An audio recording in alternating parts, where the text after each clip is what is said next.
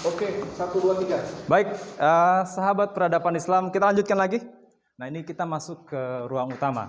Baik, ini gambaran pintu yang mungkin Allah alam apakah masih asli atau seperti apa. Tetapi Ininya masih, Ustaz. kalau bangunannya masih. Ya. Ini gambaran. Ini kita lihat. Ini ruangan 21, 22, 10, 20. Berarti ini adalah kamar-kamar pasien. Mungkin kita bisa jenguk sedikit bagaimana gambaran kamar-kamar perawatan. Walaupun mungkin tempat-tempatnya sekarang sudah dipakai untuk pamerannya. Ini adalah bagaimana peracikan obat ya. Peracikan obat. Baik. Ini timbangannya ini. Jadi bagaimana penimbangan obat? Ini juga alat-alat yang sampai sekarang masih dipergunakan.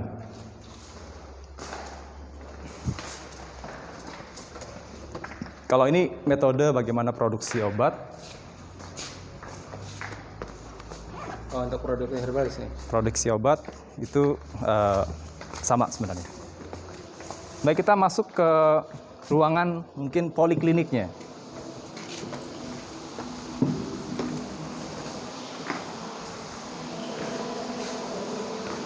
Ini Allah alam buat apa? Ruang tunggu atau seperti apa pada zaman itu? Ya.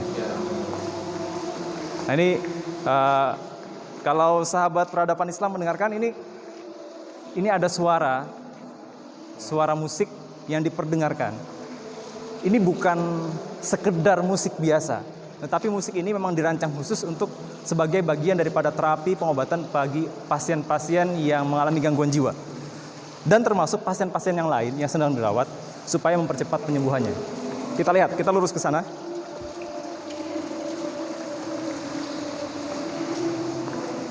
Ini grup orkestra yang dipersiapkan. Nah, ini adalah, kita lihat ini, terapi musik di Darus Syifa. Jadi dengan struktur macam-macam, ada yang bermain ini, bukan sekedar hiburan belaka, tetapi ini adalah bagian daripada instrumen pengobatan. Yang mana kita tahu pelopornya adalah seorang maestro di bidang pengobatan dan di bidang musik dan bidang filsafat, yaitu Al-Farabi. Nah, ini adalah kita melihat dua tempat ini adalah dua tempat pengobatan. Ini tempat pertama ini adalah tempat pasien jiwa yang tenang. Kalau saat ini masih digunakan, namanya adalah ruang tenang. Jadi pasien-pasien yang kondisinya sudah membaik, tahap pemulihan itu di sini. Nah, ini tahap pemulihan. Jadi masih perlu dirawat, tetapi dia masih sudah dalam tahap pemulihan. Nah, mereka biasanya yang bisa dibawa ke tempat musik tadi. Ya.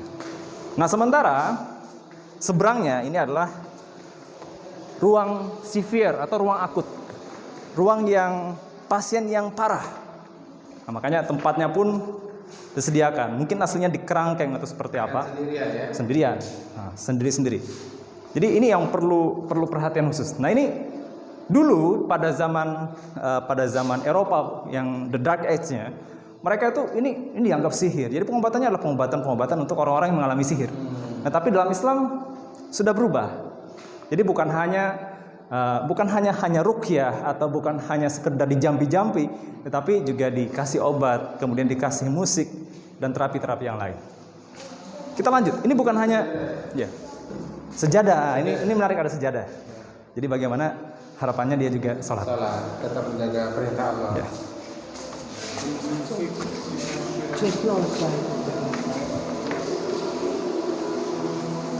Bukan hanya pengobatan jiwa, tetapi di sini juga dilakukan berbagai macam terapi-terapi yang lain. Ini adalah contoh bagaimana terapi pada pasien lipoma. Lipoma itu kalau kita lihat itu mungkin bisa didekati. Ini adalah lemak yang menggumpal menjadi semacam tumor jinak.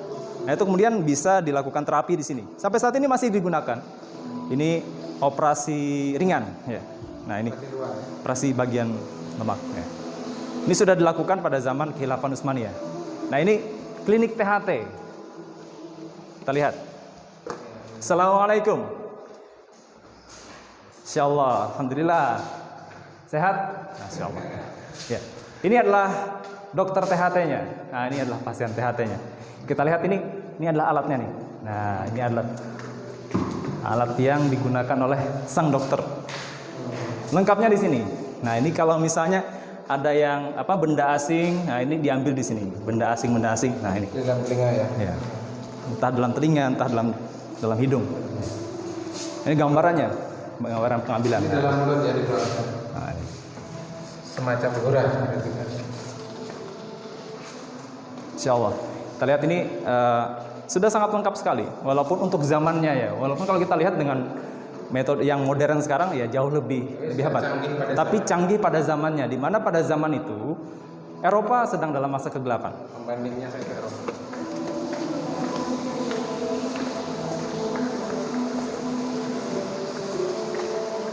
Nah ini kalau yang ini adalah dokter mata. Jadi pasien mata. Nah ini dokternya. Ya. Dimana ini anatomi mata yang cukup tepat, cukup akurat digambarkan. Nah ini adalah mata kanan, mata kiri, kemudian ada chiasma optikum, kemudian menuju kepada di sini istilahnya syaklut dimau. Syaklut dimau. Yaitu otak ya. Syaklut itu apa Ustaz? Syaklut bentuk. Bentuk otak ya, bentuk otak. Jadi chiasma optikum itu berarti nervus atau saraf itu bertemu kanan dan kiri. Ini konsep retina, kemudian konsep pupil itu juga digambarkan cukup jelas pada manuskrip lama. Nah, kalau ini dental disease, klinik gigi. Ya. Mari kita masuk. Nah, ini kayak gini. Orang sakit gigi. Oh gitu ya. Nggak tahu. Nah, ini gambaran pasien giginya. Ini dokter gigi, surgeon. Nah, ini cukup menarik. Ini konsep gigi buatan yang dibuat pada zaman Utsmaniyah, masih ada sampai sekarang gambarnya. Makanya dalam kitab fikih nanti dibahas, kalau ada mayat yang meninggal dan di giginya itu ada emas, maka wajib untuk dilepas. Ya, artinya kan pada saat itu sudah ada. Ya. Nah, ini kauter gigi. Ini adalah ini kitab yang menjelaskan tentang struktur gigi nampaknya saja. Iya. Ini kitabnya. Ini digambar struktur gigi. Giginya, nih gusi-gusinya. Iya. Wallahu a'lam. Kalau ini alat-alat gigi, sampai sekarang konsepnya mirip masih. Ya. Walaupun dengan sesuatu yang lebih modern. Desain. Oh, itu gambarnya. Nah, itu gambarnya lebih lengkap. Kitab.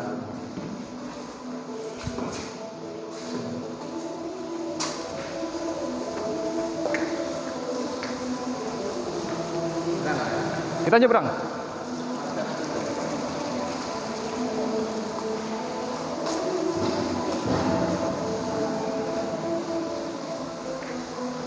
Nah ini ada penyakit namanya ginekomastia. Jadi seseorang laki-laki yang memiliki payudara, itu namanya ginekomastia. Nah ini ternyata pada zaman dahulu sudah ada surgeon atau ada pembedahan untuk orang-orang yang mengalami ginekomastia. Nah ini dokternya, itu payudara pada laki-laki. Nah ini klinik obstetri ginekologi buat kebidanan. Gak apa-apa masuk ya? Gak apa-apa masuk. Bismillahirrahmanirrahim. Assalamualaikum. Nah ini bidan. Nah, ini kebetulan diizinkan di sini kita untuk masuk. Ini melahirkan, mungkin Ustadz jangan melihat ini. Oh iya. Perempuan, jangan terlalu dekat. Nah ini bagaimana proses melahirkan? Gak apa-apa. Saya tadi konsultasi dengan saya. Ustadz jangan. Ustadz mendoakan di situ. Nah ini sudah masuk pembukaan. Jadi bidan membantu persalinan. Nah ini dengan alat-alat kita melihat penemu alat-alat kebidanan itu justru adalah para muslim. Ya. Jadi orang muslimlah yang kemudian ini alat ini adalah penemunya adalah orang muslim. Masya Allah. Ini sampai sekarang masih modelnya masih seperti ini. Ini tang penjepit ya. Ya. Ada yang namanya cocor bebek. Jadi itu gunanya untuk membantu aborsi. Ini aborsi kan? Apa? Ini. Allah alam. Saya pernah lihat di film itu Jeritan Sunyi. Itu untuk membantu menarik, bukan yang aborsi. Itu menarik. Dan ini bidan-bidannya pakai kerudung ini. Jadi siapa bilang orang dulu nggak pakai kerudung.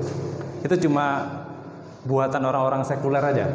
Nah, Ini untuk kamar Nah, ini. peranjang bayi. Ya kan, tempat tidur. Ya, ini tempat tidur untuk bayi. Ya. Baik. Siap, kita lanjut. Kita lanjut. Lanjut guys. Nah, sekarang ini menarik, Ustaz. Ini menarik. Ini adalah seorang dokter bedah perempuan. Jadi kalau selama ini orang mengatakan cuma laki-laki aja yang mendapatkan tempat kerja di sementara perempuan itu cukup di rumah buat masak. Ini adalah dokter perempuan. Nah, walaupun aslinya itu pakai kerudung ini. Nah, ini aslinya kalau gambar aslinya pakai kerudung, tapi ini dibikin nggak pakai kerudung.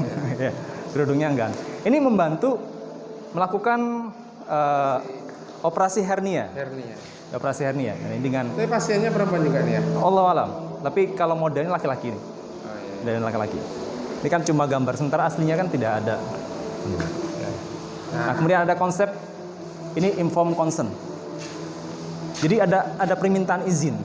Jadi bukan sembarang melakukan, tetapi pasien itu harus diberikan penjelasan dengan sejelas-jelasnya apa yang akan dilakukan. Ya, dan konsekuensi resikonya. Resiko. Kemudian kalau dia tidak setuju, nggak jadi. Dipaksa. Ya. Tanda tangan. Nah, ini yang terakhir ini adalah konsep imunisasi. Imunisasi itu ternyata adalah vaksinasi. Itu juga kaum muslimin. From Edirne to Europe. Nah, jadi dari Edirne lah yang kemudian membawa konsep vaksinasi ke Eropa dan kemudian dari Eropa ke seluruh dunia. Kita lihat sebentar. Ini adalah istri duta besar Inggris untuk Turki, untuk Khilafah Utsmaniyah, namanya Lady Mary W. Montagu. Nah, inilah yang kemudian menggunakan vaksinasi yang saat itu sudah umum dilakukan di Utsmaniyah. Kemudian dia membawa ke Inggris. Saat itu di Inggris itu ditentang, dianggap ini adalah bahaya. Ini adalah upaya konspirasi dari umat Islam untuk menghancurkan Inggris. Nah, itu Kalau sekarang umat Islam sebaliknya. Mengaku konspirasi Israel. Ya, ini adalah gambaran bagaimana inokulasi kemudian ditanamkan kemudian diberikan kepada anak. Ini adalah alat-alatnya. Walaupun smallpox cacar. Oh, cacar. Berkat vaksinasi cacar. Saat ini cacar sudah nggak ada lagi di dunia. Jadi cacar itu tinggal sejarah. Yang ada itu cacar air. Tapi smallpox itu sudah nggak ada. Berkat konsep vaksinasi, wasilah vaksinasi, dan vaksinasi itu ternyata dari Islam. Oke? Ini pasien cacar ya. Ini pasien cacar. Ada zaman. Kesimpulan kan? Baik, kesimpulan akan disampaikan oleh guru saya, Ustaz Zahid bin Yusuf. Masya Allah. Ini kita teruskan.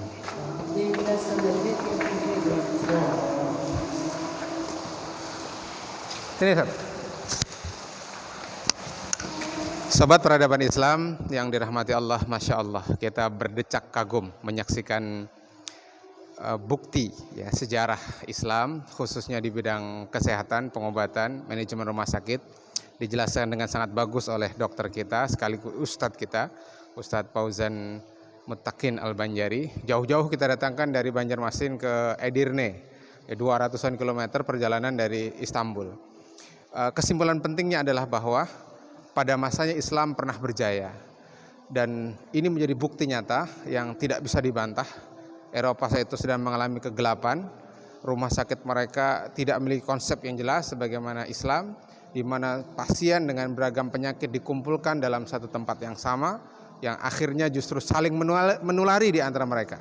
Nah, Islam memiliki konsep yang luar biasa dan satu hal penting bahwa itu terwujud karena saat itu kaum muslimin terikat dengan syariat Islam.